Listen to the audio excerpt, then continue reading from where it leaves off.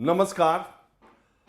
24 घंटे पहले बहुत चैनलों पर बहुत सारे एग्जिट पोल्स आए। राजस्थान, मध्य प्रदेश, तेलंगाना, छत्तीसगढ़ और मिजोरम को लेकर तमाम जो एग्जिट पोल्स की एजेंसीज हैं उन्होंने तमाम न्यूज़ चैनलों पर अलग अलग आंकड़े दिए। न्यूज़ 24 चाणक्य ने मध्य प्रदेश में 151 सीटें देकर सबको चौंका दिया और ठीक इसी तरह इंडिया टुडे माई एक्सिस ने भी 140 सीटें मध्य प्रदेश में दे दी। राजस्थान के आंकड़े, कोई बीजेपी की सरकार बनवा रहा, कोई बीजेपी की, कोई कांग्रेस की। तेलंगाना में ज़्यादातर लोग कांग्रेस पार्टी की सरकार बनवा रहे हैं और छत्तीसगढ़ में भी। तो एग्जिट पोल्स आने के बाद आपने न्यूज़ 24 पर तो मेरे विचार सुने ही होंगे, लेकिन चूंकि इस प्लेटफॉर्म पर मैंने 2 राज्यों के मतदान के अगले दिन अपना एग्जिट पोल दिखाया था, तो मुझे बहुत सारे लोग फ़ोन करके कह रहे थे कि राजीव रंजन क्या हुआ, आपने तो ऐसा कहा था और एग्जिट पोल ऐसा आया, टुडेज चाणक्य का ऐसा आया, एक्सिस का आया। तो एक बात मैं बता दूं कि टुडेज चाणक्य बहुत बार बिल्कुल सही साबित हुआ है और एक्सिस भी बहुत बार बिल्कुल सही साबित हुआ, और ये बहुत बड़ी एजेंसीज हैं और इनके अपने संसाधन हैं और अपने इनके सोचने का तरीका है। वैज्ञानिक सेफोलॉजिस्ट हैं, वैज्ञानिक तरीके से ये कहते हैं कि एक सैंपल साइज लेते हैं, वोट परसेंटेज और सब कुछ मिला करके बताते हैं और तब ये सीटों का आंकड़ा देते हैं। तो और मैं, जैसा आपको मालूम है कि मैं लोगों से बातचीत करता हूँ, गांव देहात कस्बों में हर वर्ग धर्म के लोगों से मिलता जुलता रहता हूँ और उसके आधार पर अपनी राजनीतिक समझ और लोगों से बातचीत के आधार पर मैं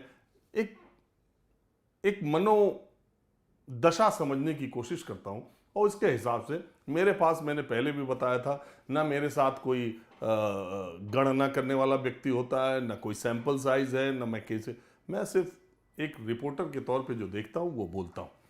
मैं ये भी आपको बताऊं कि कई बार मैंने जो कहा वो सही हुआ। हाल के कर्नाटक के चुनाव में, हिमाचल के चुनाव में, गुजरात के चुनाव में मुझे जो लगा और मैंने बोला वो रिकॉर्ड में है, मैं इसमें नहीं जाता। उत्तर प्रदेश के चुनाव में मैंने जो बोला वो गलत बोला था और मेरा जो आकलन था वो बिल्कुल गलत साबित हुआ। मुझे लगता था कि बहुत क्लोज कॉन्टेक्स्ट है और 200 से ज़्यादा सीटें पाना किसी के लिए मुश्किल होगा, क्योंकि मैं कई ऐसी सीटों पर गया था कि अगर बीजेपी की इतनी ही लहर थी तो केशव मौर्य को चुनाव नहीं हारना चाहिए था। वो डिप्टी सीएम थे और बीजेपी के पिछड़ों के सबसे बड़े चेहरे थे।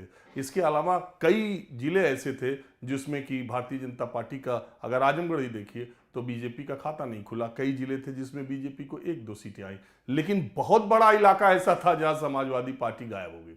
दूसरे उसमें मुझे ये अंदाजा कतई नहीं था, मैंने ऐसे जोड़ा तो नहीं था, लेकिन ये अंदाजा कतई नहीं था कि बीएसपी 1 सीट पाएगी, वो भी अपनी बदौलत नहीं। बहरहाल पीछे नहीं जाते हैं, अभी की बात करते हैं।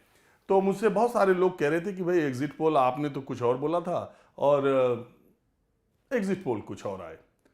तो मैं, एक कहावत है ना कि गलत रास्ते पर चल निकलो बजाय इसके कि जिंदगी भर दोराहे पर खड़े रहो।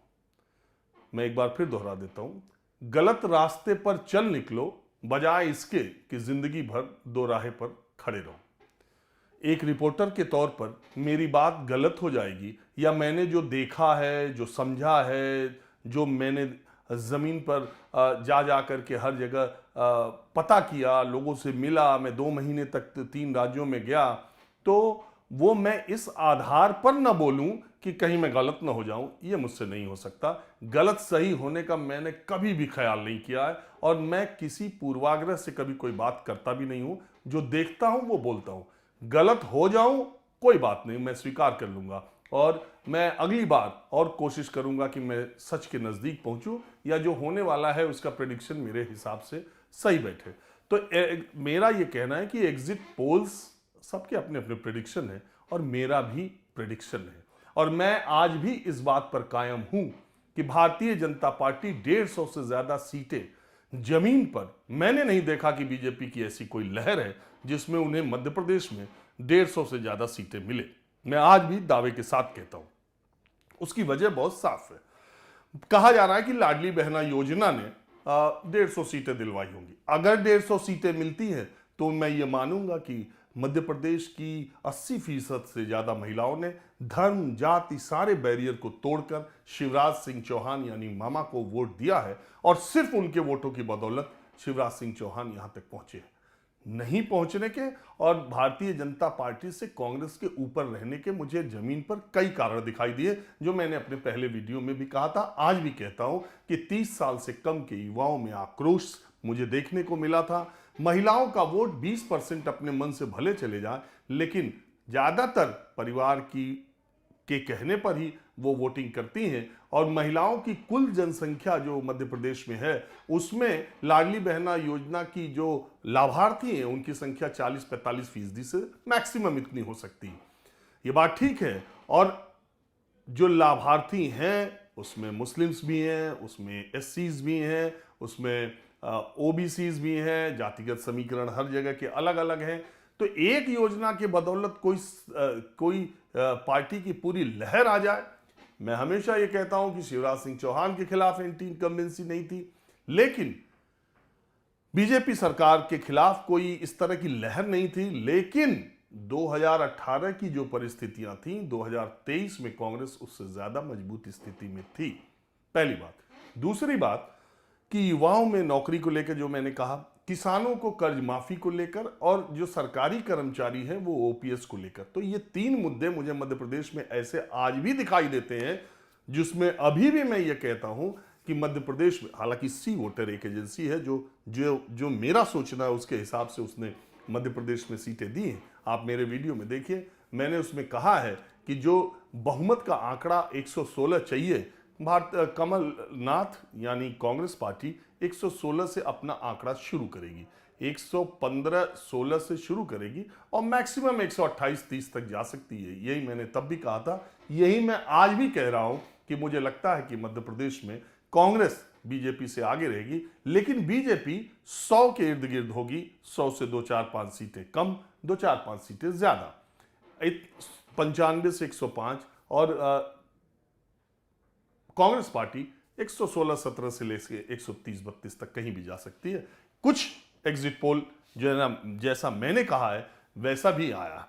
अब बात करते हैं राजस्थान की। मैं पहले दिन से कह रहा हूं कि राजस्थान में चिरंजीवी योजना, मोबाइल की योजना, और अशोक गहलोत ने अपनी छवि के आधार पर, अपने काम के आधार पर उन्होंने भारतीय जनता पार्टी को मजबूत टक्कर दी है। और ये टक्कर ऐसी नहीं है कि जिसमें यह प्रेडिक्ट किया जा सके कि सीटों में ये कितनी तब्दील होगी। बहुत सारे एग्जिट पोल राजस्थान में बहुत कंफर्टेबली 100 से ज्यादा सीटें कांग्रेस पार्टी को दे रहे हैं। लेकिन मैं आज भी ये मानता हूं कि राजस्थान में रिवाज की जो परंपरा है, वहां जो कॉमन वोटर है, जिसका किसी से कोई लगाव नहीं है, वो ये मान करके कि इस बार सरकार बदल जाएगी, उसने बीजेपी को वोट किया, शहरी इलाकों में भारतीय जनता पार्टी को वोट किया। और बीजेपी की जो बागी है, उन्होंने बीजेपी का इतना नुकसान कर दिया कि बीजेपी 100 सीटों तक पहुंचते पहुंचते शायद हांफने लग जाए। मगर उसे बड़ी पार्टी के तौर पर अब भी मैं मानता हूं, और कांग्रेस किसी भी सूरत में 80 सीटों से कम पाती मुझे नहीं दिखती है।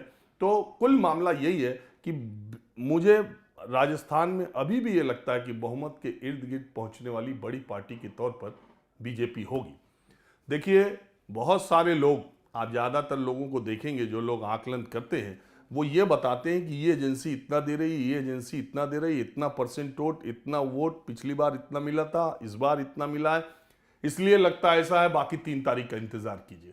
मैं ऐसा आदमी नहीं हूं। मुझे जो लगता है, मैं जलेबी छानने में यकीन नहीं करता। मैं सीधे सीधे जो मुझे लगता है, मैं गलत हो जाऊं इसकी कोई परवाह नहीं है। एक रिपोर्टर के तौर पर 2 महीने अगर मैं लगातार इन 3 राज्यों में गया हूं, तो जो मैंने देखा है वो मुझे बोलना चाहिए। मुझे हमेशा अंदर से ये महसूस होता है, और बिना किसी की परवाह किए कि मेरा कहा हुआ 3 तारीख को गलत हो जाएगा, इसलिए मैंने जो देखा है वो ना बोलूं, ये मुझसे नहीं हो सकता।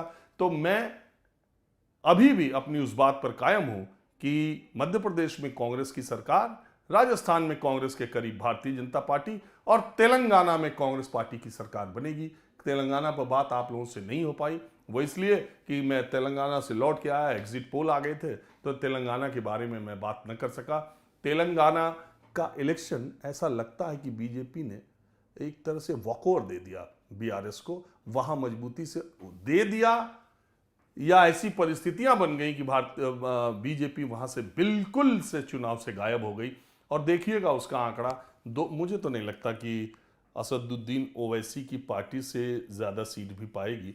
चौथे पर अगर भारतीय जनता पार्टी हो जाए तो कोई अचरज की बात नहीं, हो सकता है तीसरे पर रहे, लेकिन 2 अंकों का आंकड़ा यानी 10 से ज़्यादा सीटें 119 विधानसभा सीट में बीजेपी को नहीं मिलेगी। वो ये कह सकती है कि 2018 में तो हमारे पास 1 विधायक थे, हम 10 हो गए, 10 गुना बढ़े हैं, लेकिन वो इस बात का जवाब क्या देगी कि अभी 2 साल 3 साल पहले ग्रेटर हैदराबाद म्यूनिसिपल कॉरपोरेशन की 150 सीटों पर चुनाव हुआ तो भारतीय जनता पार्टी को 48 सीटें मिली थीं और वो दूसरी सबसे बड़ी पार्टी के तौर पर उभरी थी, और 44 सीटें असदुद्दीन ओवैसी को, 55 बीआरएस को मिली थी। एक तेलंगाना में भारतीय जनता पार्टी ने अपने पैर में कुल्हाड़ी मारने का काम किया है। वो उन्होंने मैं कई बोल चुका हूं, इसलिए मैं बोलना नहीं चाहता। बंडी संजय प्रदेश अध्यक्ष को हटाना उनके लिए बहुत भारी पड़ गया। और तेलंगाना में हैदराबाद का जो शहर है, 27-28 जो सीटें हैं, वहां पर तो बीआरएस और एमआईएम बहुत मजबूती के साथ लड़ रहे हैं। बाकी देहात के एरिया में, ग्रामीण इलाकों में ज्यादातर जगहों पर कांग्रेस पार्टी ने बड़ा जबरदस्त तरीके से उछाल मारा है। 19 सीटें हैं, उनकी 2 गुना 3 गुना 54, 57, 58 तक सीटें, मुझे लग रहा है 61, 60 सीटें वहां बहुमत के लिए चाहिए। हो सकता है कांग्रेस पार्टी 54, 55 भी पाए, हो सकता है 64, 65 भी पाए, लेकिन सबसे बड़ी पार्टी के तौर पर मुझे अभी भी लगता है कि कांग्रेस पार्टी ही तेलंगाना में बनेगी। सबसे बड़ी पार्टी, हो सकता है बहुमत से उनका ज्यादा हो। हालांकि कई एग्जिट पोल 70-75 कांग्रेस पार्टी को दे रहे हैं, ऐसा भी हो सकता है, लेकिन बदलाव की हवा तेलंगाना में मैंने देखी थी। तो कुल मिला के मेरी समझ से मिजोरम में न कांग्रेस है न बीजेपी है, वहां की 2 पार्टियां हैं आपस में, तो उनका नहीं। लेकिन 4 राज्यों में मुझे ऐसा लगता है कि 3-1 से कांग्रेस का रिकॉर्ड हो सकता है। हो सकता है कि राजस्थान में कुछ मामला पलट भी सकता है, मैं गलत भी हो सकता हूं, लेकिन मुझे ये था कि जब एग्जिट पोल्स आ ही गए हैं और सबकी निगाहें इस बात पर लगी हैं, तो मैं भी आपको ये बता दूं और आपको याद भी दिला दूं कि पीछे जो मैंने 17 तारीख की वोटिंग के बाद 18 तारीख को मध्य प्रदेश का प्रेडिक्शन अपना किया था, 25 के बाद 26 को किया था, एग्जिट पोल 30 तारीख को आए, तो मैंने सोचा कि इनके 24 घंटे के बाद एक बार फिर आपको याद दिला दूं कि मैंने इन राज्यों के बारे में क्या क्या कहा है। 3 तारीख को फिर मुलाकात होगी। अगर मैं गलत रहा तो गाली मत दीजिएगा, और अगर ठीक रहा तो शाबाशी जरूर दीजिएगा। और मैं, ऐसा नहीं है कि अभी अगला भी जब चुनाव होगा तो जो जमीन पर देख के आऊंगा वो आपको जरूर बताऊंगा, और इसका मैं कभी दावा नहीं करता कि मैंने जो देखा है वही होगा या सही होगा। मैं हमेशा ये कहता हूं मैंने ये देखा है और मेरे हिसाब से मुझे ये लगता है, तो मैं ये बोलूंगा जरूर और आपको बताता रहूंगा। फिलहाल के लिए बस इतना ही, लेकिन इतना जरूर है कि एग्जिट पोल ने कांग्रेस और बीजेपी दोनों खेमे में खलबली मचा दी है। आज मैं दोनों के पार्टी ऑफिस गया था, दोनों पार्टियों को अलग अलग मतलब एक ही एग्जिट पोल, किसी एक एग्जिट पोल की एजेंसी पर दोनों पार्टियों में विश्वास नहीं है। मान लीजिए एक एजेंसी ने किसी स्टेट में कुछ दिया, किसी स्टेट में कुछ दिया, तो बीजेपी कांग्रेस में एक स्टेट के लिए उस एजेंसी को मान रहे हैं, दूसरे स्टेट के लिए उस एजेंसी का सही मान रहे हैं, तीसरे स्टेट के लिए उस एजेंसी, जिसके लायक जो जिसने बोला है वो मान रहा है। बहरहाल मैंने जो देखा, मैंने जो बताया आपको वो ये है। और दूसरी बात कि एक बड़ी बात मुझे जो इस चुनाव में दिखी है वो ये कि देश बाइपोलर पॉलिटिक्स की तरफ, 2 ध्रुवी राजनीति की तरफ तेजी से बढ़ रहा है। आप देखिएगा कि इन 5 राज्यों में तीसरी शक्ति को वोटों वो इतनी प्रभावी नहीं होगी जितनी कि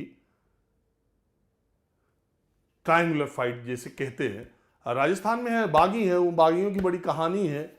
बीजेपी के कुछ ऐसे बागी हैं जिसमें वसुंधरा जी के लोग थे, टिकट कट गया और उनका वरद हस्त से वो लोग चुनाव लड़े और बहुत मजबूती से लड़े। कांग्रेस पार्टी में भी कुछ लोग हैं जो बागी हो गए और अशोक गहलोत ने वरद हस्त से वो चुनाव लड़े मजबूती से। वो राजस्थान की जब परिणाम आएंगे तब वो अंदर की कहानी बताऊंगा, लेकिन मैं आपको सिर्फ ये कह रहा हूं कि अभी जो परिणाम आएंगे वो इस तरह के जरूर होंगे कि 2 बाइपोलर पॉलिटिक्स देश में बढ़ रही है। तीसरा या आप पीएम मोदी के साथ हैं या आप पीएम मोदी और बीजेपी के खिलाफ है, आपको तय करना पड़ेगा। वोटर का मूड तय हो चुका है, ये पार्टी इधर है, ये पार्टी इधर है, हर जगह ही बट गया है। तो अभी के लिए बस इतना ही। अब अगले वीडियो में फिर आम लोगों से बातचीत के साथ मैं हाजिर हूँगा। नमस्कार।